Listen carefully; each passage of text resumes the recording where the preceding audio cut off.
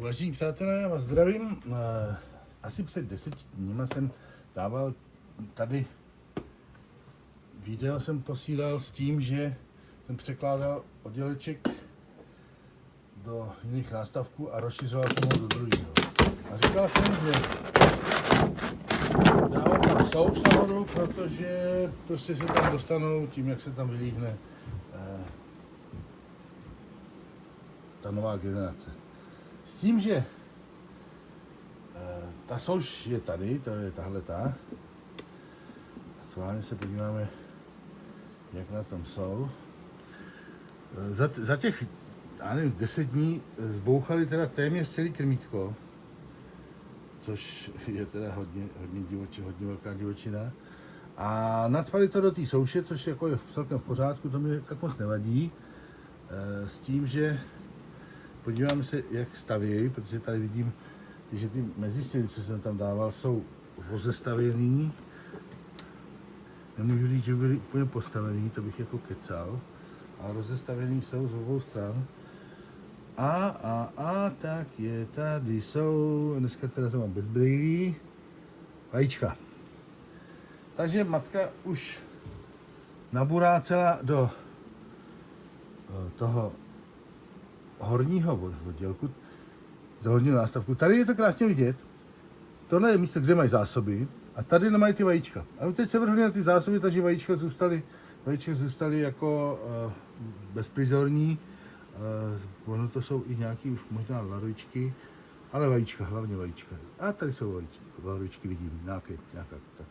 Takže to zcela z toho je vidět, jak rychle se tam dostali, když už teďka to je takový 4. den zakladení. Se budu se podívat datumově, jak to vycházelo. No, tady taky rozestavěno. A tady jsou zakladený. A tady už jsou velký larvičky. Takový docela veliký, jo, tadyhle v tomhletom. A dokonce tadyhle už jako některý jsou zavíčkovaný, což mě úplně jako překvapuje. Takže tenhle ten plást má zakladený takhle to má zakladený. Tady taky. Tady vidíte, že už je to fakt zavíčkovaný. To znamená, že ta matka tam nahulákala, ale do mezistěny. Okamžitě po té, co jsem to udělal. Dneska 9. den. Mám takový pocit. Protože je pátek a tam to byla středa. Aspoň myslím. Tady je to těžký, tady jsou zásoby. Taky toho plodu tady není. Zase mají to, neříkám, že ta mezistěna je postavená, ale je rozestavená poměrně z takových 2/3, jako polovičky minimálně.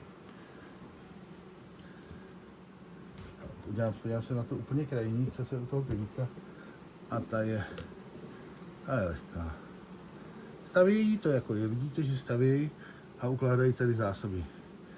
Jinak to krmítko je prakticky téměř zežraný.